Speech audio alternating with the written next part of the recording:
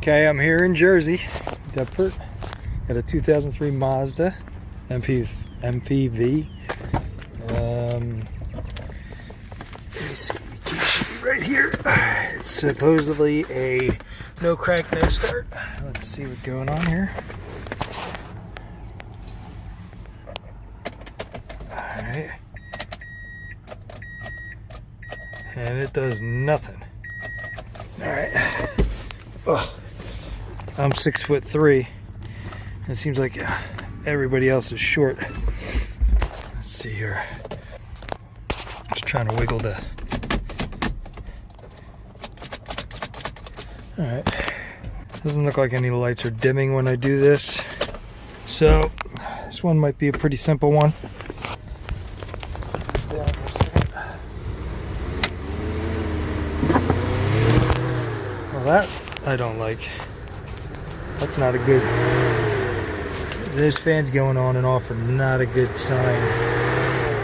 It's got a battery here. I don't like that at all. But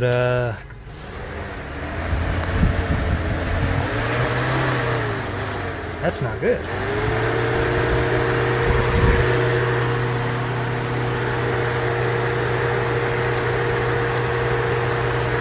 Okay, what I got here is a test light hooked to the a ground there, and I am probing the ground here. What I'm doing is checking for, if that lights up, that means we got a bad ground.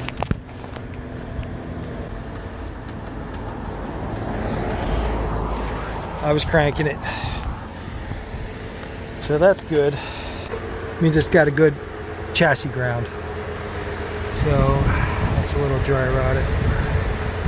See how much I can avoid taking apart to get to the starter solenoid. I got my Phil's probe in there. I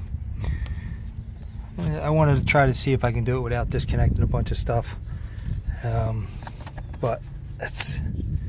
Yeah, I'll just leave that disconnected. See if that light comes on. I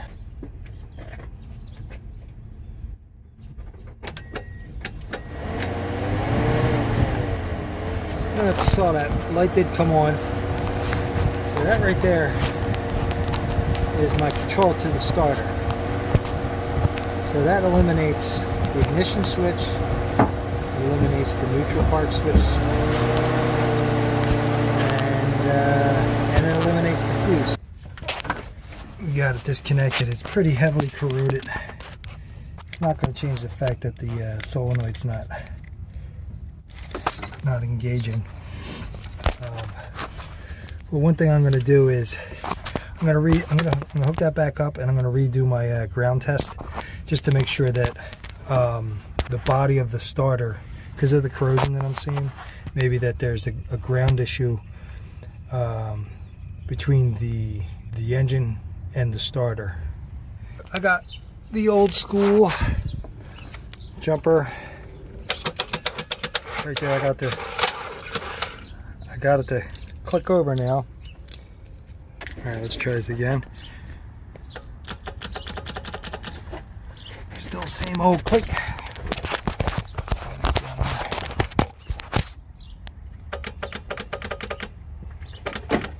At least now I got it to click. It's definitely a starter.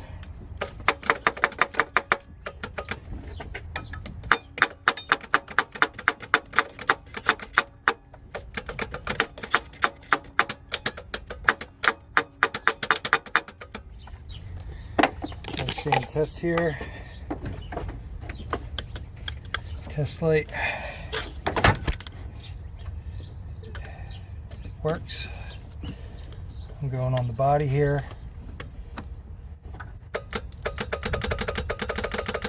It's got a good ground.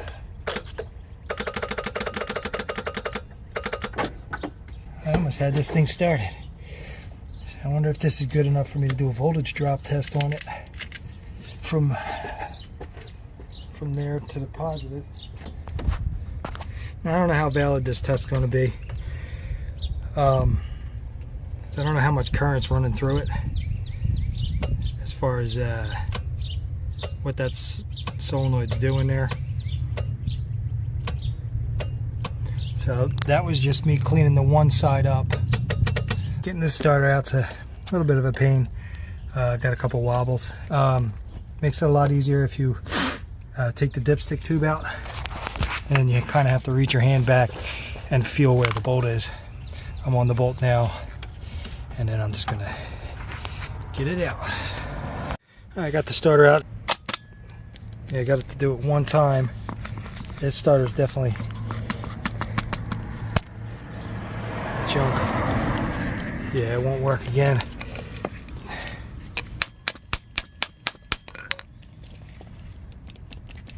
Yep. Now, problem is getting a starter.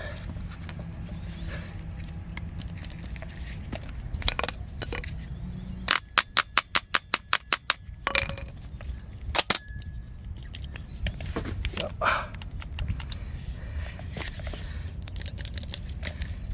right. So that's where we are. Needs a starter. Let's see if I can do something here. I mean that should be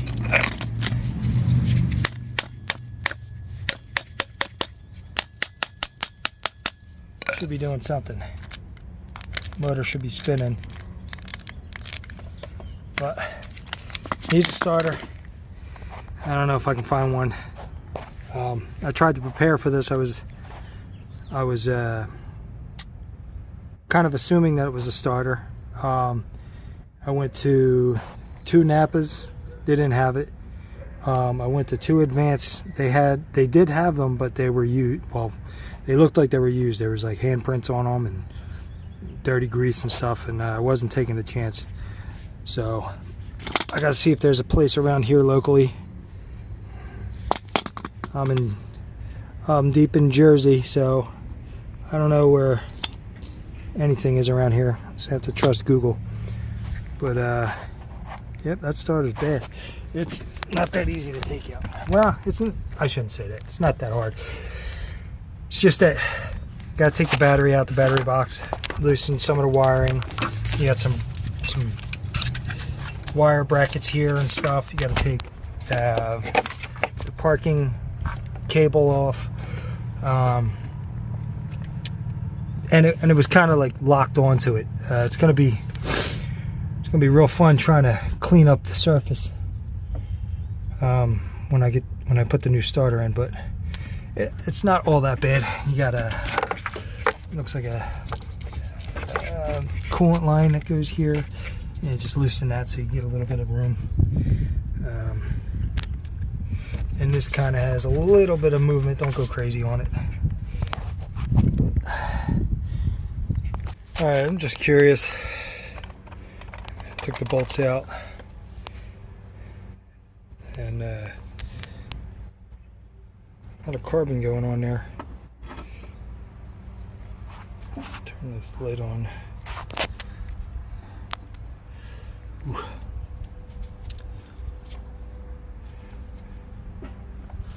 I don't know. These. Oh, yeah. Yep. Those brushes are trashed. That's worn completely down. Yep.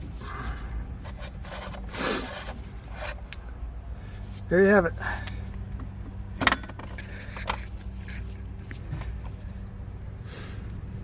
Right here is trashed. These 2 are trashed. It's only got 2 brushes working. Oh, that looks crappy in there. Ooh, it stinks. It stinks. It's burnt. I have to source a starter and probably have to come back. I can't get a starter right now. I mentioned earlier, like I tried to get a starter on my way here, and 2 places didn't have it, and 2 places did have ones that looked like they were already used. I wasn't going to take that chance. I'm going to have to come back to this one. Is what it is. I'm going to do a bench test here.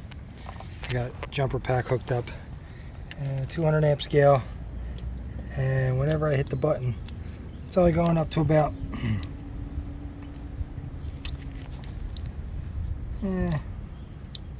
20,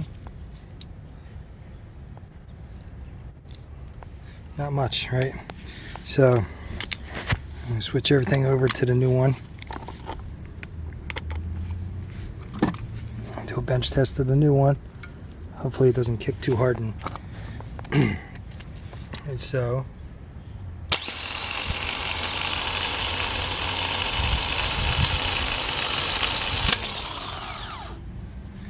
all right, so we'll go back. Whoops, what's going on here?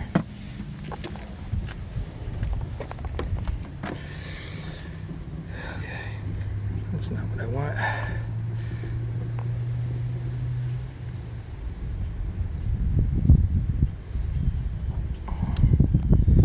Okay, so we're gonna try to focus the screen, all right?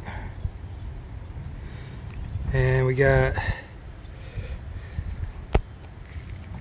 come on, focus. Well, I had Steadicam on and it was really affecting it. All right, here we're, spec is under 90 amps, or we're 60-ish, somewhere around there. Come in here and look at the brushes. No dropouts or nothing. Let's get 1-to-1. See if I can get this better.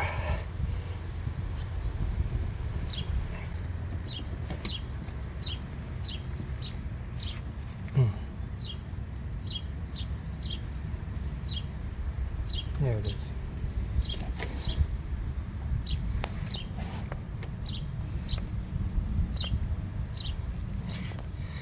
Looks good, pretty steady. That's freewheeling, and that's the good starter.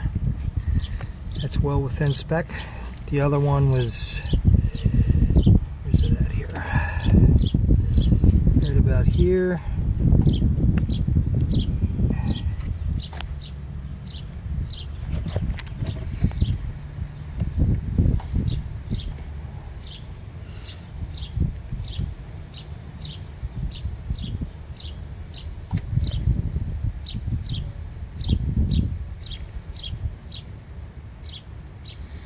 You can see right there is where it came down. So this is actually about, what is this? It's about a little less than 10 amps. So that's because those brushes were missing. So it wasn't flowing too much current at all.